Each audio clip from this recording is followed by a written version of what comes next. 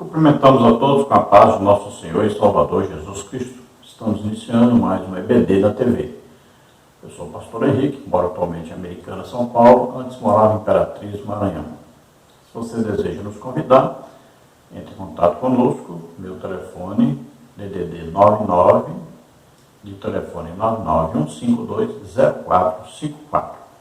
Meu e-mail, Henrique LHAS, que são as iniciais do meu nome, @hotmail.com. O telefone da minha esposa, DDD aqui, Americana, São Paulo, DDD 19, e o telefone 984482187.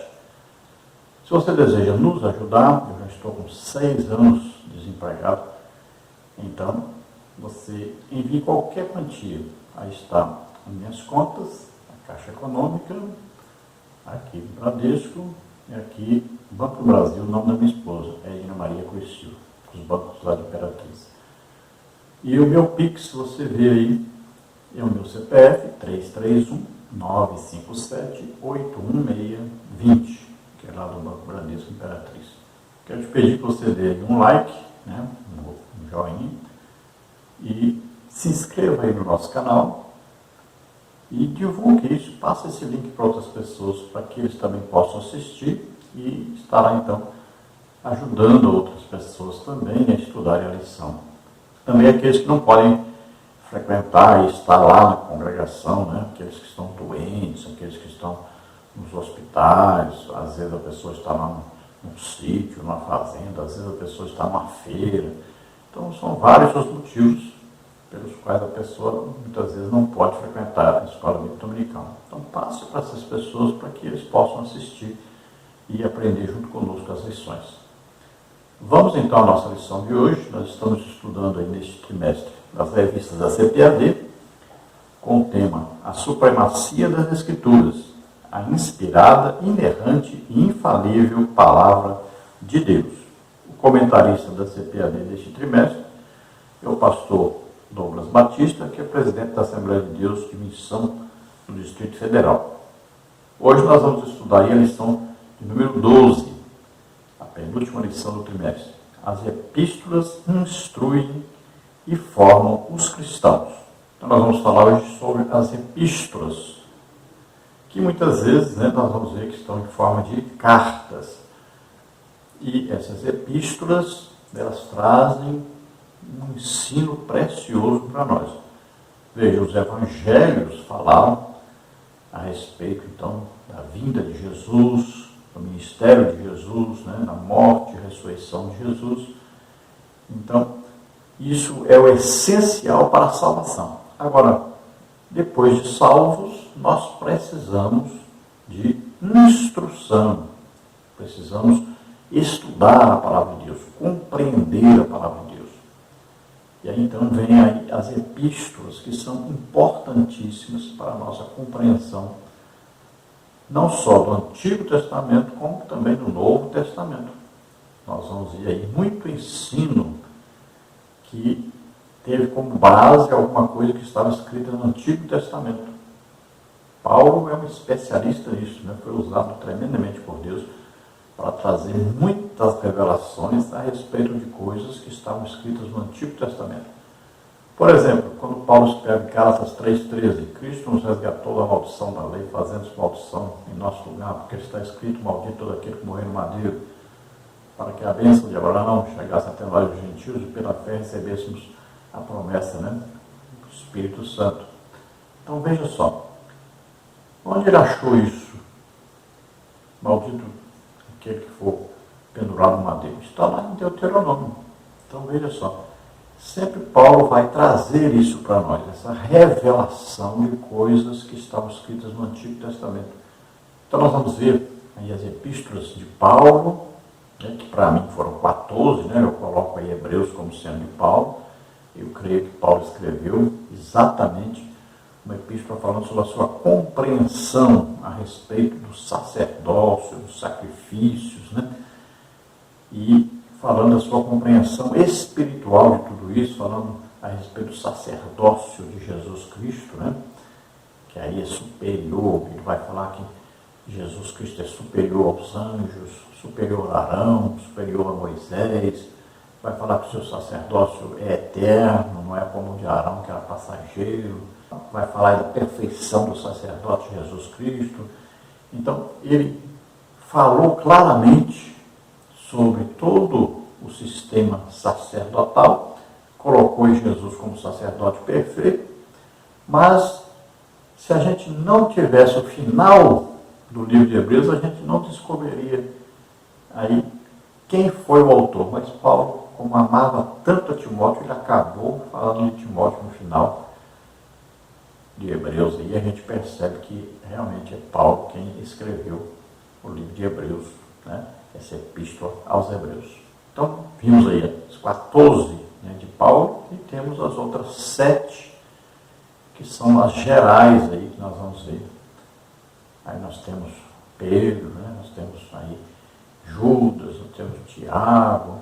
Aí, quanto à cronologia do Novo Testamento, muitas vezes a gente fica até surpreso, né? A gente pensa que primeiro foram escritos os evangelhos, aí nas cartas, na ordem que estão as cartas, a gente pensa, não, primeiro foi escrito aí Romanos, né? Mas nós vamos ver aí uma cronologia, uma provável cronologia. Você vê aí, por exemplo, no Novo Testamento, nós vamos ver primeiro a Tessalonicenses, muito provavelmente foi a primeira coisa escrita realmente no Novo Testamento. Depois 2 Tessalonicenses, depois 1 Coríntios, 2 Coríntios, Gálatas, Romanos, aí depois é que vem esse Evangelho de Mateus, aí tem Efésios, Tiago, Filipenses, Colossenses, Filemão, Lucas, aí vem Hebreus, Atos dos Apóstolos, aí vem 1 Timóteo, 1 de Pedro, Tito, Marcos, 2 de Pedro, 2 de Timóteo, Judas, João, o Evangelho, 1 de João, 2 de João, 3 de João e depois o Apocalipse. Então veja que essa é uma provável ordem cronológica aí que foi escrita. Então, todas as cartas, as epístolas, né, e escritos também os evangelhos. Você vê a ordem aí, é bem diferente do que a gente pensa, porque a nossa Bíblia está colocada diferente da ordem cronológica. O textual da lição diz assim: a graça, a misericórdia, a paz da parte de Deus Pai e da do Senhor Jesus Cristo, o Filho do Pai, sejam convosco na verdade e amor. 2 de João 1:3. Então aí, graça, misericórdia e paz. Né? Então vejam só que sempre quando fala em graça, está falando em Jesus Cristo. Então aí Jesus vindo, nascendo como homem, vivendo na terra como homem, levando sobre ele nossos pecados, doenças, enfermidades, maldições, morrendo em nosso lugar na cruz e ressuscitando. Isto é a graça de Deus para conosco. Depois, aí vem João falando sobre a misericórdia, né? Que seria ter aí compaixão da miséria do outro. Né? Deus nos viu perdidos, condenados e veio em nosso socorro. E fala da paz, a paz entre nós e Deus. Antes essa paz não existia, éramos inimigos de Deus. Vivíamos como filhos da ira, servíamos as nossas concupiscências, né? Os nossos pecados, desejos pecaminosos, vivíamos segundo o curso do mundo, orientados por Satanás e seus demônios. Então, nascemos de novo, agora como filhos de Deus, e agora temos paz com Deus. E ele fala de Jesus Cristo como Filho de Deus Pai, e fala que através de Jesus Cristo, então, nós encontramos a verdade e o amor. Glória a Deus. A verdade prática diz: as epístolas apresentam instruções vitais para a compreensão da doutrina cristã, bem como para a formação dos cristãos. Então, é instrução e formação dos cristãos. Para isso servem, então, as epístolas. Nós vamos chamar de maneira geral as epístolas, né? Sabendo que algumas são cartas e todas as epístolas elas foram escritas como cartas, mas o seu teor muitas vezes, né, é de maneira geral para todos, então acabam se tornando epístolas. E como também as cartas pessoais se tornaram leitura que nos instrui, então também as próprias cartas pessoais se tornam epístolas porque servem para todos nós e para todas as épocas. Vamos ver a leitura bíblica em classe, que está em 1 Coríntios, capítulo 1, de 1 a 3, 1 Epístola de Pedro, capítulo 1, versículos 1 e 2, e 2 Epístola de João, capítulo 1, versículos 1 a 3. Vamos ver então 1 Coríntios 1. Paulo, chamado apóstolo de Jesus Cristo, pela vontade de Deus, e o irmão Sóstenes, à igreja de Deus que está em Corinto, aos santificados em Cristo Jesus, chamados santos com todos os que, em todo lugar, invocam o nome de nosso Senhor Jesus Cristo, Senhor deles e nosso. Graça e paz da parte de Deus, nosso Pai, e do Senhor Jesus Cristo. Agora, 1 de Pedro, Pedro, apóstolo de Jesus Cristo, aos estrangeiros dispersos no Ponto, Galácia, Capadócia, Ásia e Bitínia, eleitos segundo a presciência de Deus Pai, em santificação do Espírito, para a obediência e aspersão do sangue de Jesus Cristo, graça e paz vos sejam multiplicadas. Agora, 2 de João, o ancião, a senhora eleita e a seus filhos, aos quais amo, na verdade, e não somente eu, mas também todos os que têm conhecido a verdade, por amor da verdade que está em nós, para sempre estará conosco. A graça, a misericórdia, a paz da parte de Deus Pai e da do Senhor Jesus Cristo, o Filho do Pai, seja convosco na verdade e amor. Então nós vimos aí Paulo escrevendo aos Coríntios, e neste lugar ele também escreveu outras cartas. Vamos aí Pedro, escrevendo naquela região ali da Turquia, Paulo em Corinto, na região da Grécia, Vamos ver aí Pedro escrevendo a região ali conhecida hoje como a Turquia, e vamos ver aí João escrevendo, João esteve, até dirigiu a igreja de Éfeso. Então João escreve a igreja, chamando de os filhinhos, a igreja, a eleita de Cristo, todos aqueles que aceitaram Jesus como Senhor e Salvador, foram eleitos, como filhos de Deus. E agora nós vamos ver aí quais os tópicos e subtópicos que nós vamos estudar nessa lição. No tópico 1 nós temos aí como as epístolas paulinas nos instruem. Subtópico 1, instruções salvíficas. Subtópico 2, instruções a respeito de Cristo. Subtópico 3, instruções sobre as últimas coisas. Subtópico 4, instruções pastorais e pessoais. No tópico 2 nós temos como as epístolas gerais nos formam. Subtópico 1, as epístolas de Pedro. Subtópico 2, as epístolas de João. Subtópico 3, as outras gerais. No tópico 3 nós temos as epístolas continuam a falar. Subtópico 1, a doutrina da justificação. Subtópico 2, a doutrina da santificação. Subtópico 3, a doutrina da glorificação. Então, todos esses tópicos aí nós vamos estudar mais detalhadamente nesta lição. Lembrando que nós fazemos os vídeos aqui, a primeira parte, depois a segunda parte, depois a terceira parte, depois juntamos tudo em um vídeo só. Lembrando também que todo esse material que nós usamos aqui, as figuras, os slides, aí você adquire gratuitamente no nosso blog, também no Slide Chile, e depois quem está nos nossos grupos de WhatsApp, no Telegram, nós disponibilizamos também PowerPoint toda semana, todos esses slides. E também temos a lição escrita, com aí todas essas epístolas comentadas, bem detalhadamente, aí ano que foram escritas, quem escreveu, qual a finalidade, tudo detalhado. Então ali você pega também gratuitamente em nosso blog. Então vamos ver aí como as epístolas paulinas nos instruem, vamos ver como as epístolas gerais nos formam e vamos ver como as epístolas continuam a falar conosco.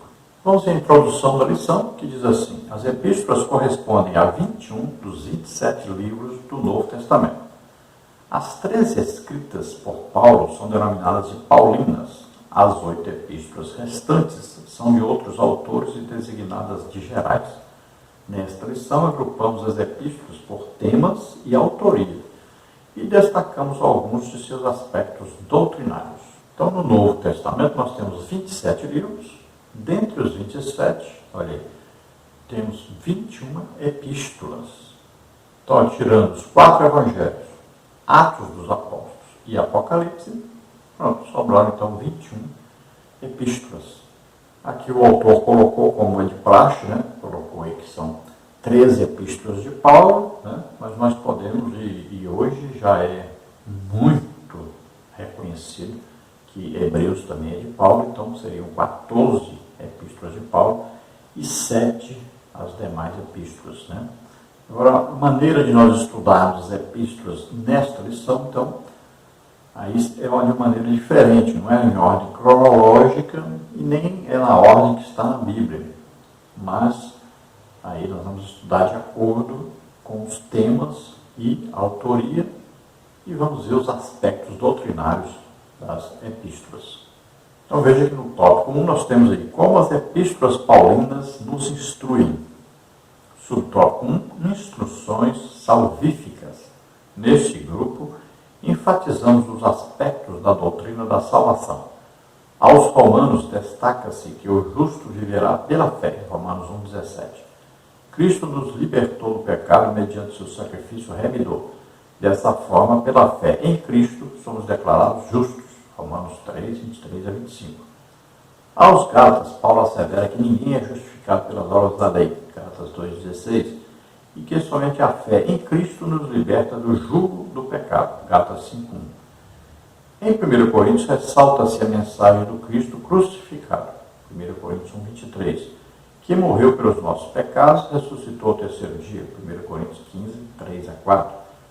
Em 2 Coríntios, frisa-se o ministério da reconciliação, 2 Coríntios 5,18, em que Cristo levou os nossos pecados e nos reconciliou com Deus, 2 Coríntios 5, 19 a 21. Então foi destacado aí as epístolas que trazem uma mensagem central sobre a salvação. E nós vemos que Paulo chama a epístola aos Romanos de o seu evangelho.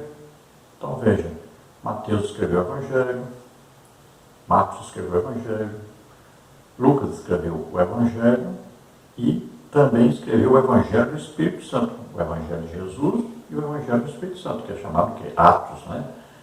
E João escreveu o evangelho também de Jesus Cristo. Paulo, então, vem e diz o meu evangelho. Ele chama o livro de Romanos de meu evangelho. Muitas vezes nós não designamos isso, né? Não falamos isso, mas o que é verdade é. Paulo chama, então, a sua carta aos Romanos como o evangelho dele. E ele fala da justificação, que se dá por meio da fé. Então, somos salvos pela graça de Deus por meio da fé. E essa fé não é obra. Nós estamos acreditando naquilo que outro fez por nós. Então não é obra nenhuma, não é vantagem nenhuma. Nós só temos que acreditar. Sem nós acreditarmos na mensagem do Evangelho, não há salvação, não há justificação. Olha lá, Abraão creu em Deus e isso foi imputado como justiça, né? Ele foi declarado justo por quê? Porque ele creu, ouviu Deus falar com ele e creu. Naquele tempo não tinha Bíblia, então não se falava através da escrita. Então Deus falou com ele pessoalmente, ele acreditou e foi justificado. Nós ouvimos a pregação do Evangelho, que está escrita na Bíblia, cremos nessa pregação e somos salvos. Veja aí, Efésios 1,13, né? Nós estamos em Cristo quando? Desde que, depois que nós ouvimos o que é? A palavra da verdade, a pregação do Evangelho. Aí nós cremos, então nós tivemos fé, agora ouvimos e acreditamos. Aí nós recebemos o Espírito Santo, somos justificados, somos declarados filhos de Deus, recebemos o Espírito Santo, somos salvos agora. Então a fé aí é o mais importante para nós sermos salvos. Jesus já fez tudo. Agora nós temos que acreditar. Se não acreditar, não é salvo. Então Jesus nos libertou da escravidão do pecado, fazendo-se pecado em nosso lugar. Ele nos comprou com seu sangue, morrendo em nosso lugar na cruz, derramando seu sangue por nós. Nós somos comprados, redimidos, né? Resgatados. Aí em Gálatas, Paulo fala sobre aqueles que estão debaixo da lei. Olha, aceitaram Jesus como Senhor e Salvador, pela fé, receberam o Espírito Santo, e aí agora voltaram para a lei. Então é muito escrito aí para aqueles que tentam se justificar pela lei depois de serem salvos. E Paulo diz, olha, vocês estão perdidos, vocês caíram da graça, perderam a salvação. Vocês foram enganados. Vocês receberam o Espírito Santo, foi pela fé, foi acreditando na palavra de Deus. Não foi seguindo a lei.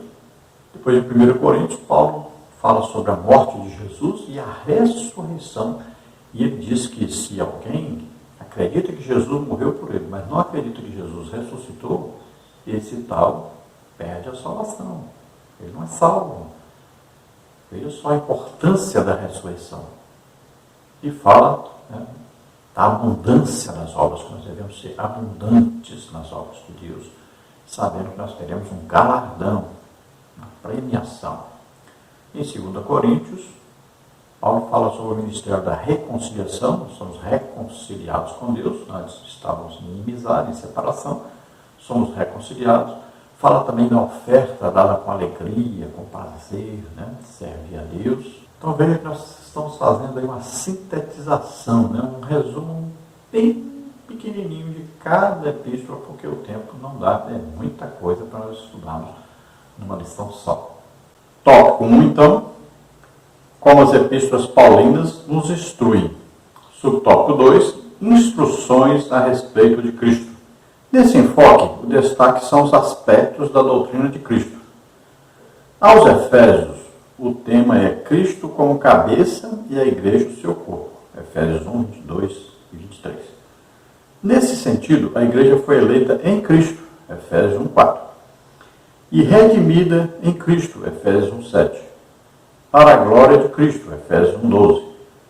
Aos Filipenses, a mensagem enfatiza que o viver é Cristo. Filipenses 1, 21. Ele é o segredo da verdadeira alegria e o modelo da vida para o salvo. Filipenses 1, 4, 2 a 16. Aos Colossenses, Paulo sublinha que a nossa vida está escondida em Cristo. Colossenses 3, 3. A igreja está unida em Cristo, morta e ressuscitada com Cristo. Colossenses 2, 2, 10, 20 e 3, 1. Em suma, Cristo é a suficiência para todo cristão. Então, você veja que nós estamos falando dos temas, né, das epístolas. Não estamos fazendo um resumo da epístola, porque é muita coisa. Então, veja que nós estamos falando agora sobre a doutrina. É o tema aqui agora, a doutrina de Cristo. Então, na carta aos Efésios, vamos ver Cristo como cabeça da igreja. Então, a igreja é o corpo de Cristo na terra. Você veja aí nessa figura ilustrativa, né, nesse slide aí, feito pelo Enobi, lá de Ananindeua do Pará. E nós usamos isso há muitos anos. Então você veja aí, corpo de Cristo, cabeça desse corpo, Jesus Cristo. Então a igreja está em Cristo. Então a igreja está ao mesmo tempo na terra, ao mesmo tempo no céu, porque ela está em Cristo. Se tirar Jesus Cristo, não existe igreja. Então nós estamos em Cristo. Deus sempre olha para nós via Jesus Cristo.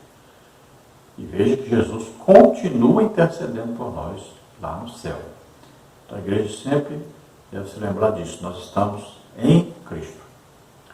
E desde quando nós estamos em Cristo? Aí na carta aos Efésios, capítulo 1, versículo 13, diz bem claro. Depois que nós ouvimos a palavra da verdade, o evangelho da salvação, nós ouvimos e cremos. Aí, cremos, aí então recebemos o Espírito Santo. Ou seja, somos justificados, somos salvos, nos tornamos filhos de Deus, nascemos de novo.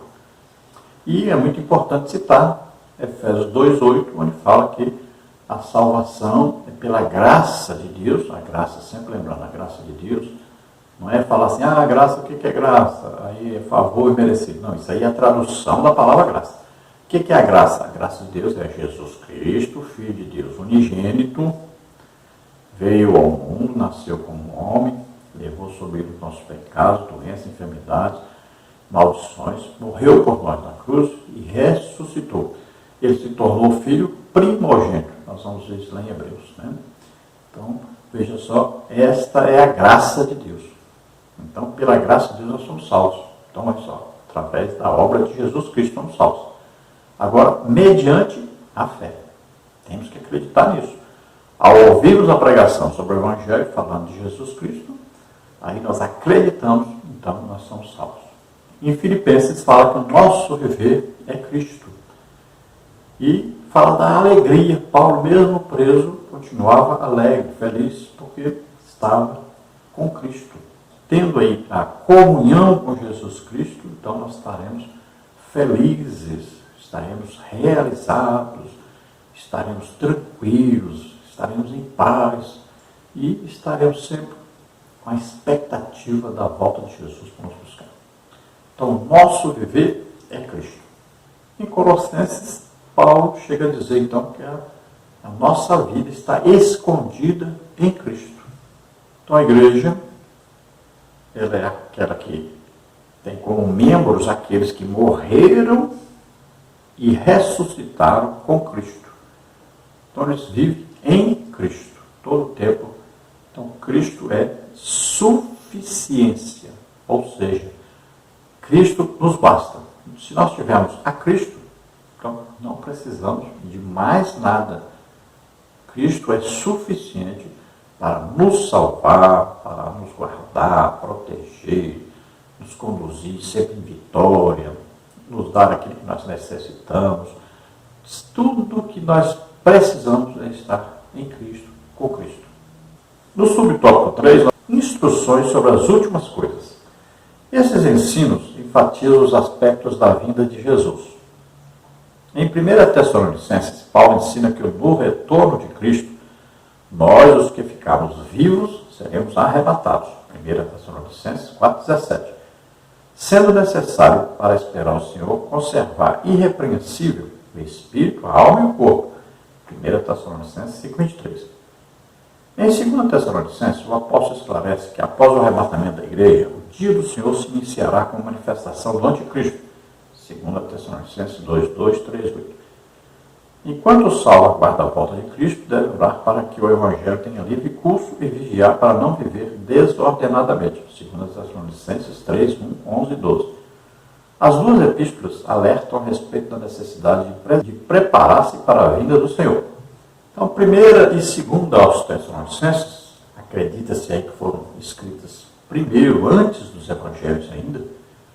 Então, elas enfatizam a vinda de Jesus Cristo, essa segunda vinda de Jesus Cristo.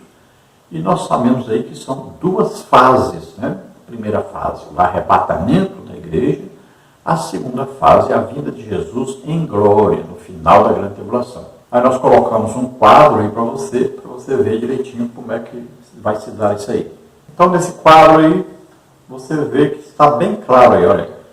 Olha aí, a segunda vinda, então, a primeira fase, olha aí, será em segredo. Segunda fase, será pública. Primeira fase, Cristo vem para a igreja. Segunda fase, Cristo vem com a igreja. Aí na primeira fase, antes da grande tribulação. Segunda fase, após a grande tribulação. Primeira fase, Jesus vem nos ares. Segunda fase aí, Jesus pisa no Monte das Oliveiras, não é nos ares. Primeira fase, os santos no verão, só os santos. Segunda fase, todo olho verá. Na primeira fase, tempo de alegria. Na segunda fase, tempo de lamentação, porque Jesus vem trazendo juízo, né? Na primeira fase, incrédulos deixados. E na segunda fase, os incrédulos são destruídos lá no julgamento dos bodes e ovelhas, né? Na primeira fase, em todo o planeta.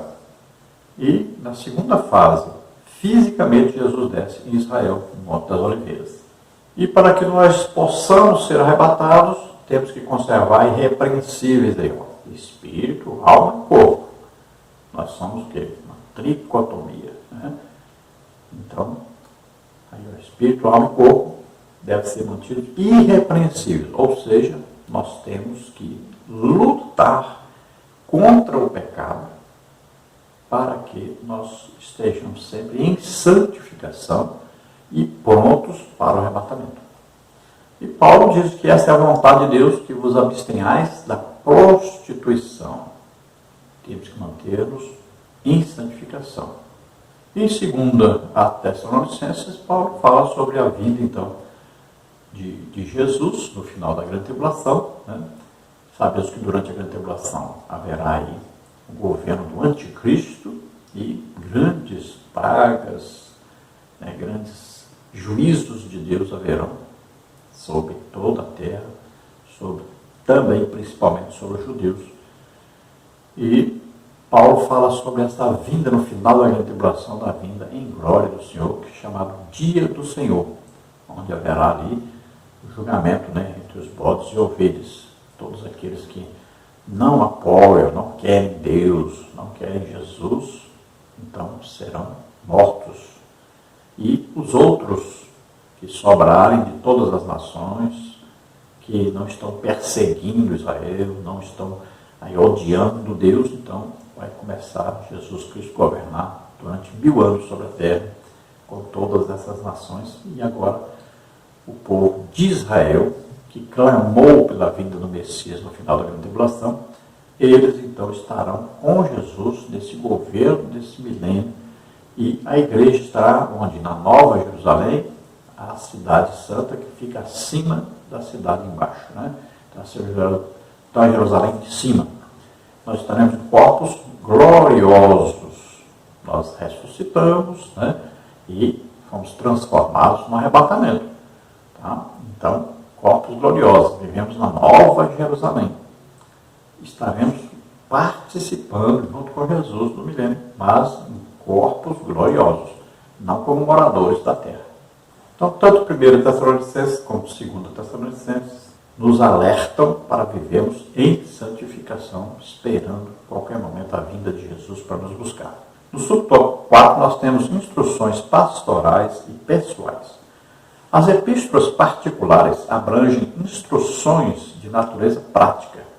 Dentre outros temas, em 1 Timóteo, Paulo orienta o combate às heresias por meio da sã doutrina. 1 Timóteo 1, 3, 9 e 10.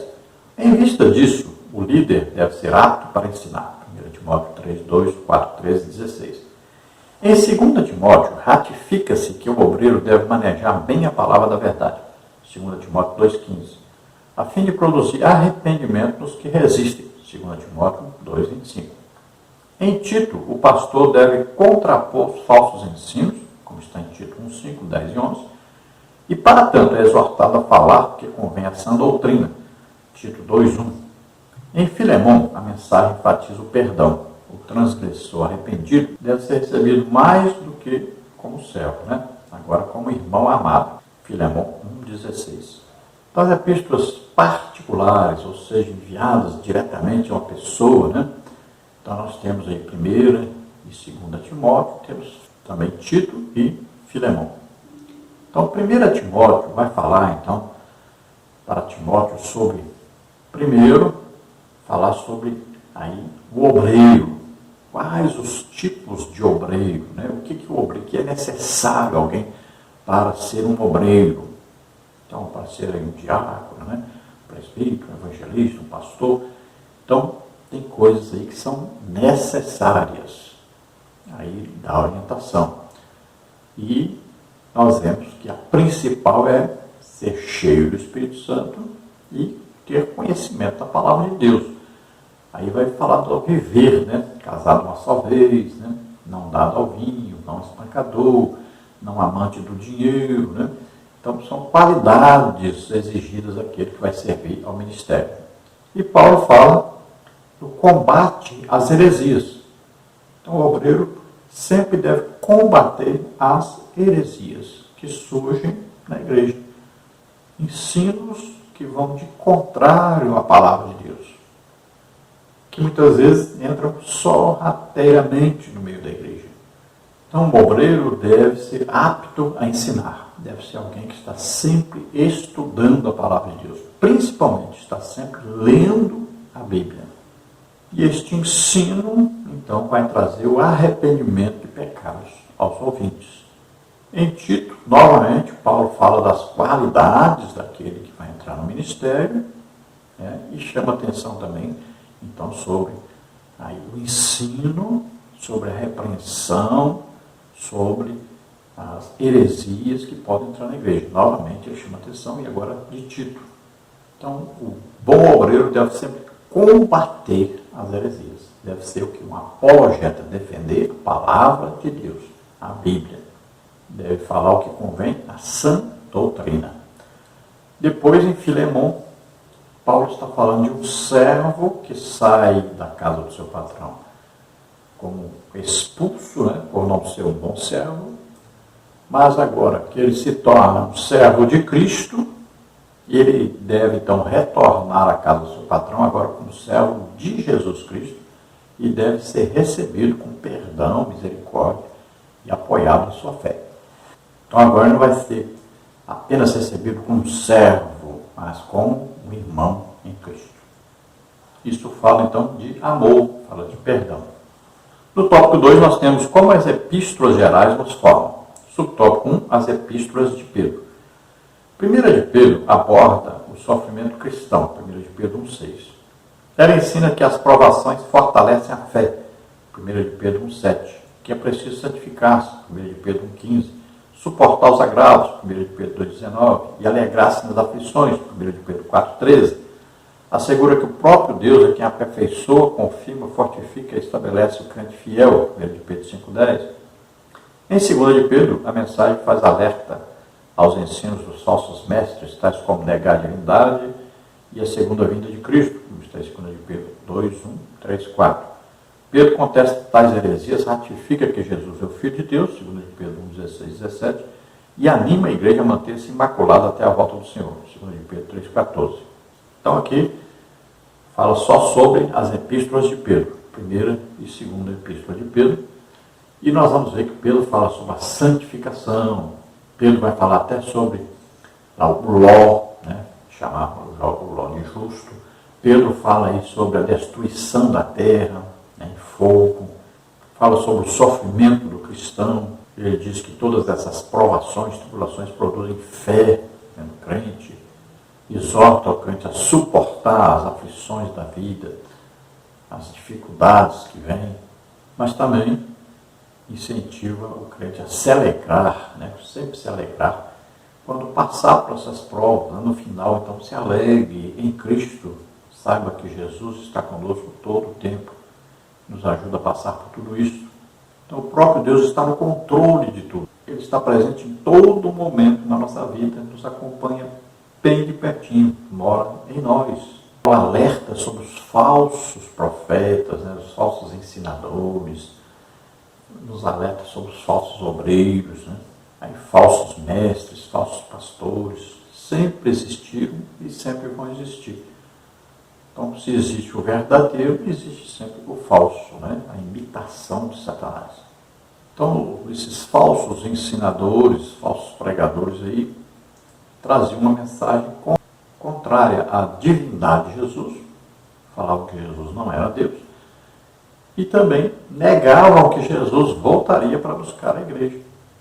Então, esses dois ensinos falsos prejudicavam demais a igreja. E Pedro chama atenção, então, sobre esses falsos ensinos e fala da verdade, né? Jesus realmente é Deus, e ele pode comprovar isso, ele esteve pessoalmente com Jesus, e também fala da volta de Jesus, que ele tem certeza que vai acontecer. E para que a igreja suba no arrebatamento, deve viver uma vida em santificação. Subtópico 2, as epístolas de João. 1 João adverte sobre o falso ensino que negava a encarnação de Jesus, 1 Timóteo 1, 4, 2, 3, e as demais heresias gnósticas, 1 João 5, 13 a 21. Explica que o salvo deve viver em comunhão com os irmãos, 1 João 1, 6 e 7. Afastar-se da prática do pecado, 1 João 2, 1, 3, 7.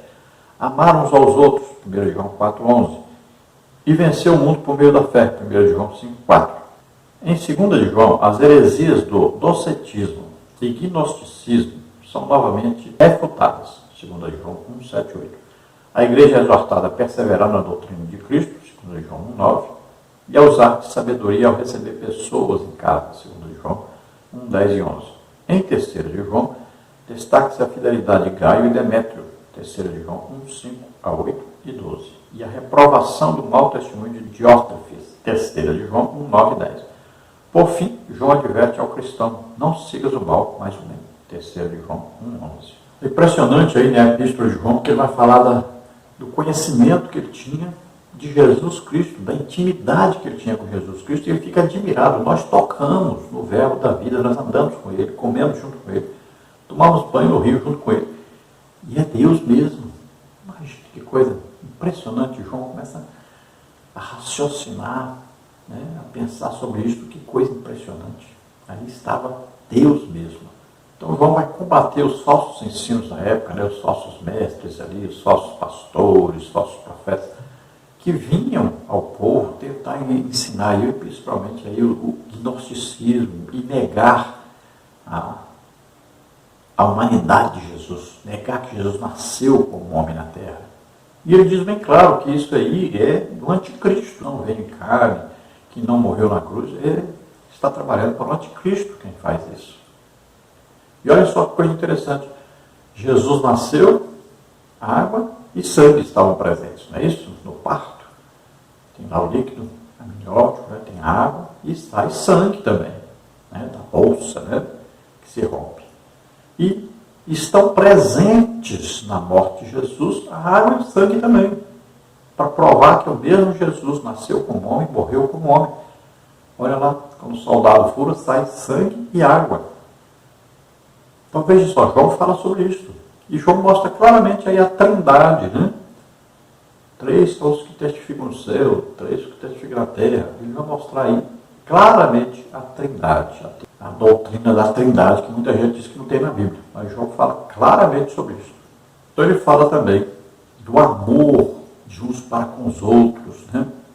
O crente primeiro ama a Deus, ama a si mesmo e ama aos outros como a si mesmo. Se ele não amar a si mesmo, como é que vai amar os outros como a si mesmo? Então ele fala desse amor, dessa comunhão, fala que esse é o grande testemunho do cristão, o amor entre os irmãos.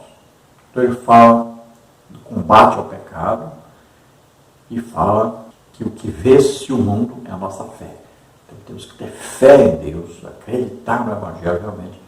Assim nós vamos vencer o mundo, vencer o pecado, vencer Satanás, os demônios. Vamos viver em comunhão.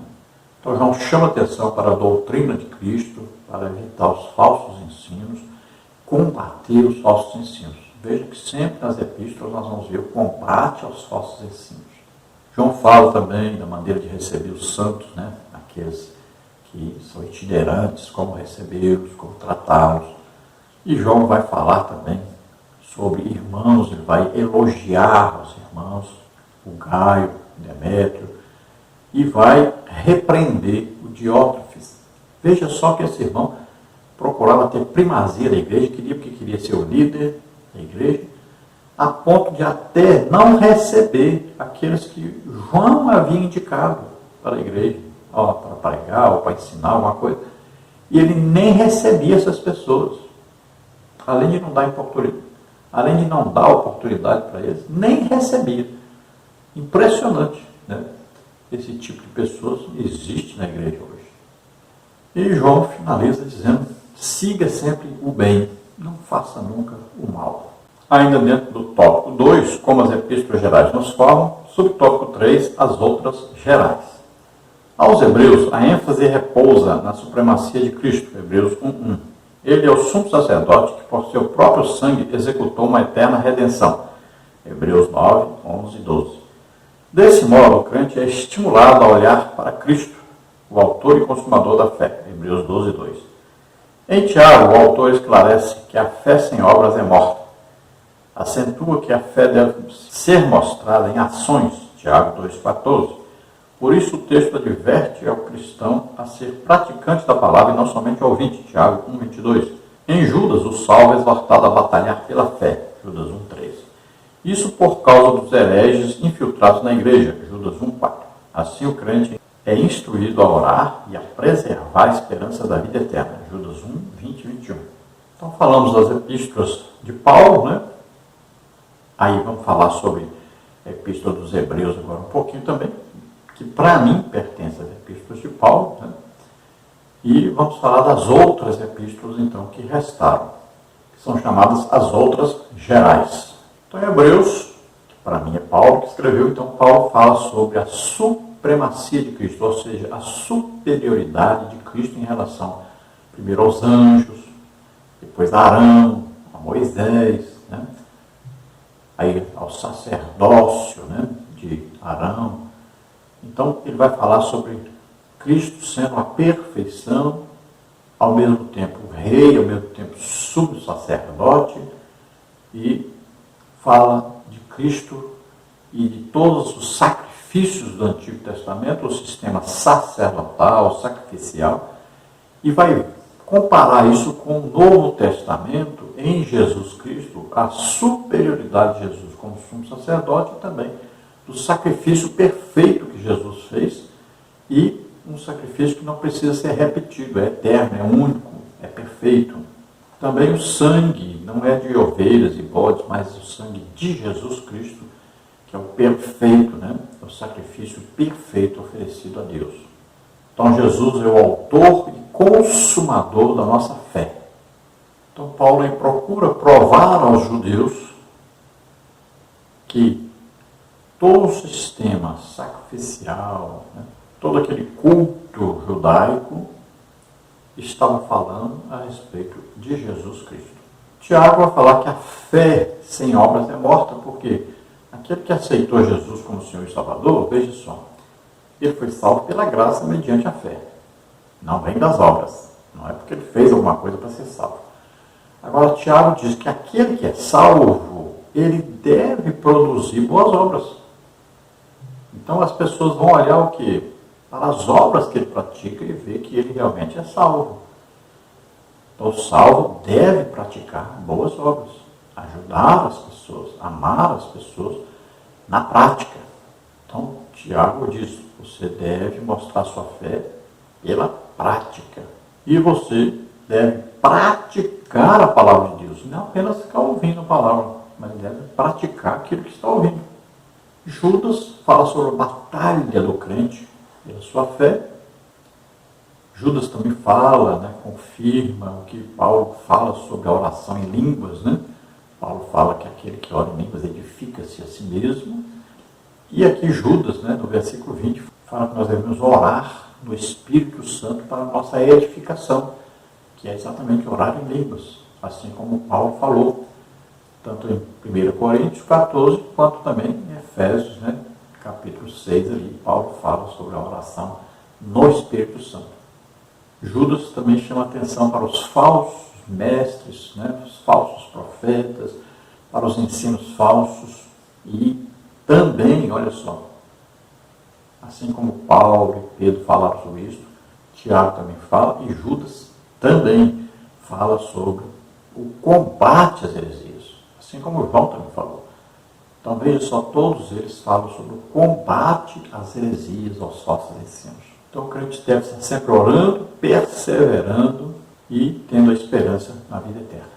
No tópico 3 agora nós temos as epístolas continuam a falar. Subtópico 1, a doutrina da justificação.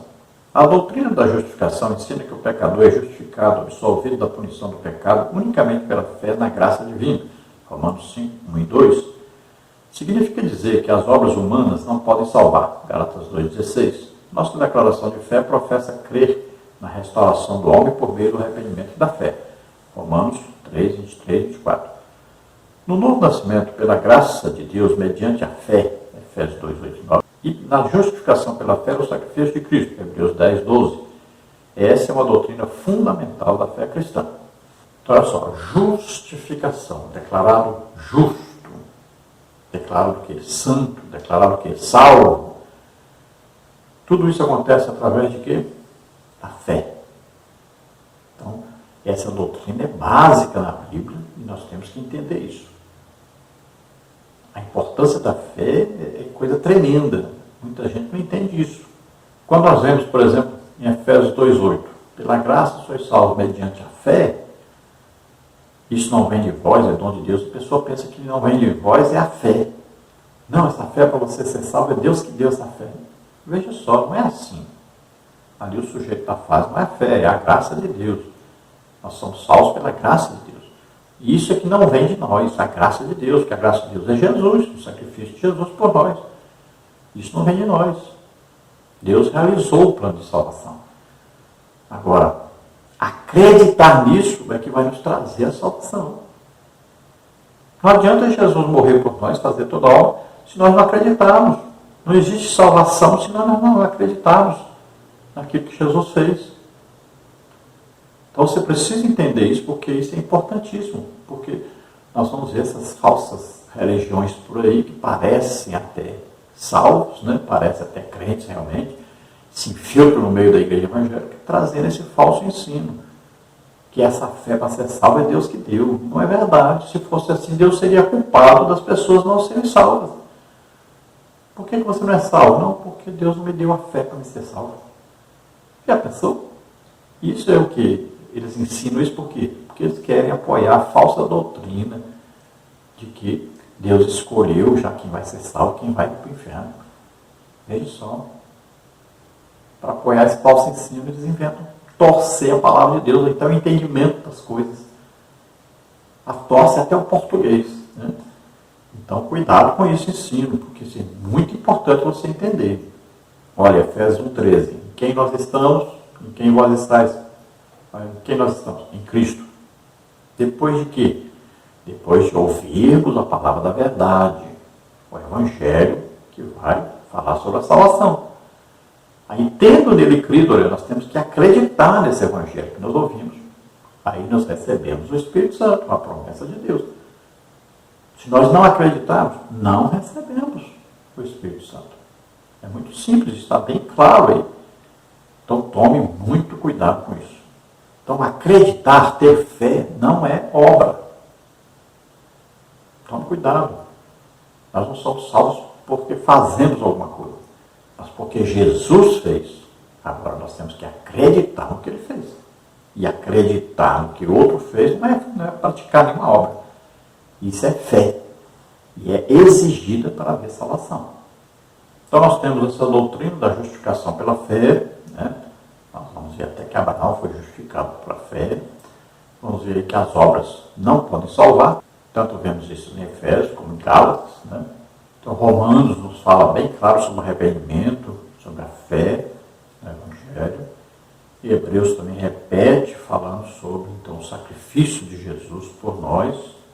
Então, essa doutrina é fundamental na Bíblia. A doutrina da justificação pela fé em Jesus Cristo. Romanos nos chama a atenção, né? Falando sobre também aí todos pecaram, destituídos estavam da glória de Deus. Fala também que o salário do pecado é a morte, mas o dom gratuito de Deus é a vida eterna por Cristo Jesus. Isso é muito importante frisar.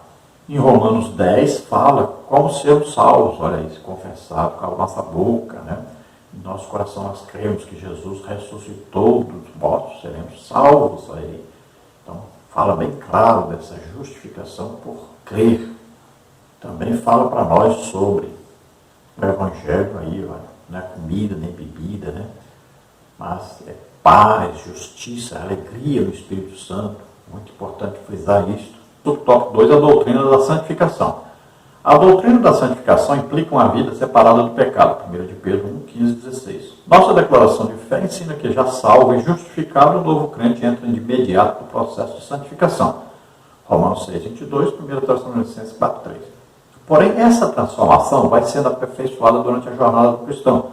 2 Coríntios 3, 18, Filipenses 1, 6. Desse modo, o crente precisa ser santificado pelo Espírito. 1 de Pedro 1, 2. Purificar-se tanto da carne como do Espírito. 2 Coríntios 7, 1. Pois sem a santificação, ninguém verá o Senhor. Hebreus 12, 14. Então é importante, muito importante essa doutrina da santificação e ela deveria ser mais ensinada e mais pregada nas igrejas atualmente. Gente, é complicado hoje falar sobre santificação na igreja hoje. Porque a santificação ela abrange espírito, alma e corpo. E nós estamos vivendo dias difíceis, onde as pessoas pensam que podem fazer o que quiser, se vestir do jeito que quiser, falar o que quiser. Então, está bem difícil. Né? Os pastores perderam a autoridade de Deus na vida deles. Porque não estão vivendo exatamente como deveriam viver. Então, esse interesse grande demais, exageradamente, pela parte financeira, acaba prejudicando a sua vida espiritual, sua autoridade espiritual. Vamos ver um quadro aí sobre a santificação e você vai ver que a santificação abrange 3 processos aí, ou 3 tipos de santificação que nós temos. Então, a posicional, progressiva e perfeita. A posicional é o quê? Passado, a progressiva, presente e a perfeita é futura. Então, você vê aí nesse quadro que nós colocamos aí, para você ver, olha, posicional, então, evento passado, nascimento espiritual. Então, o dia que aceitamos a Jesus como Senhor e Salvador. É a salvação da pena do pecado. Então, eu fui salvo, Efésios 2, 8, 9. Consagração do corpo, 1 Coríntios 6, 19 e 20. Início da redenção da alma. Justificação e regeneração. Então, tudo isso aconteceu no dia que aceitamos a Jesus como Senhor e Salvador. É instantâneo. Aí estamos salvos. Aí agora estamos declarados aí santos. Depois aí a progressiva. É um processo presente, um crescimento espiritual. Salvação do poder do pecado. Eu estou sendo salvo, Tiago 1, 21. Deterioração do corpo, 2 Coríntios 4,16. Continuação da redenção da alma. Santificação. Então agora é um processo. Nós vamos crescendo, vamos nos santificando. O que diz em Apocalipse? Quem é sujo, suje-se mais ainda. Quem é santo, santifique-se mais ainda.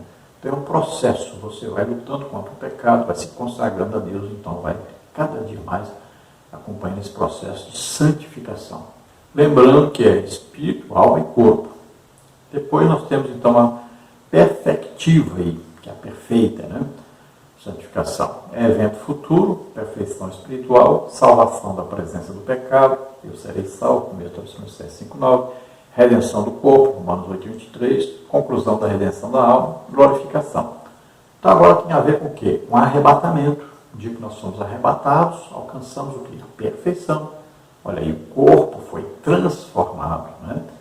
Aí já estamos no céu, na Nova Jerusalém, com Jesus. Agora é uma vida nova, completamente espiritual agora. Então não existe mais pecado. Agora é perfeição. Sobre o tópico 3, a doutrina da glorificação. A doutrina da glorificação é a última etapa de nossa salvação. Romanos 8, 17 e 30.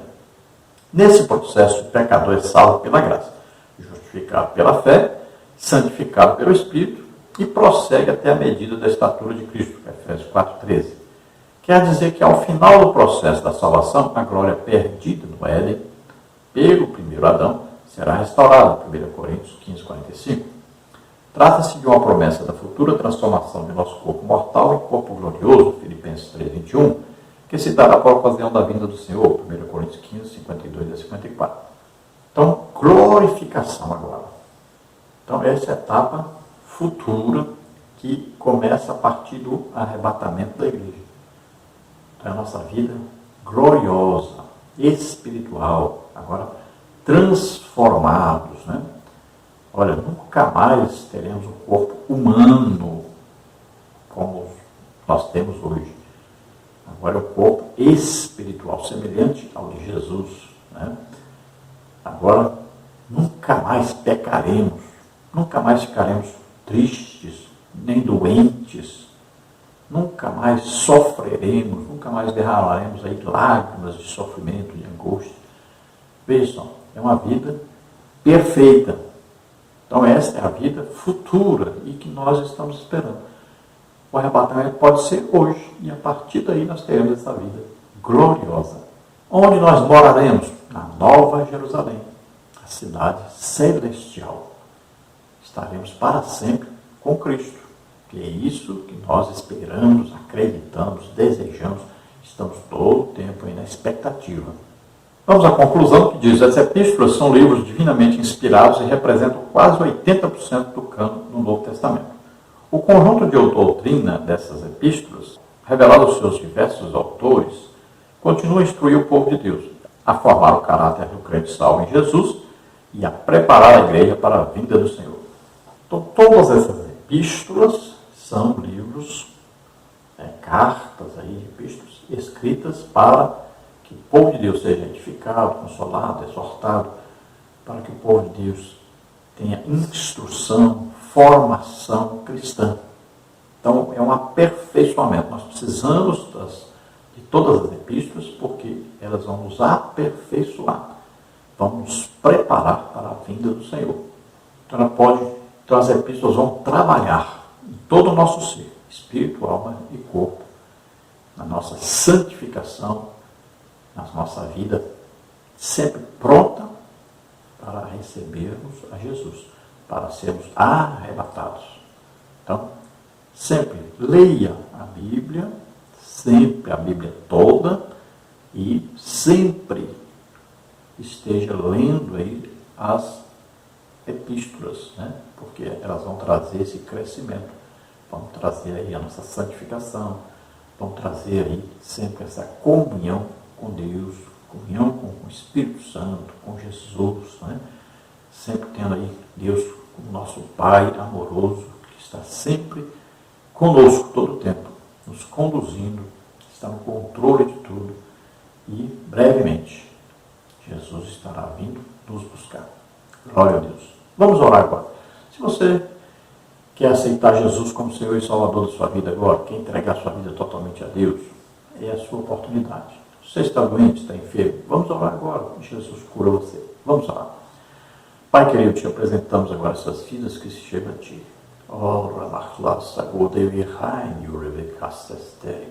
Abraça e força na série.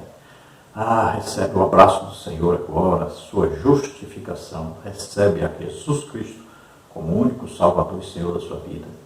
Ele nasceu como homem, viveu como homem, levou sobre ele os nossos pecados, doenças, enfermidades, maldições.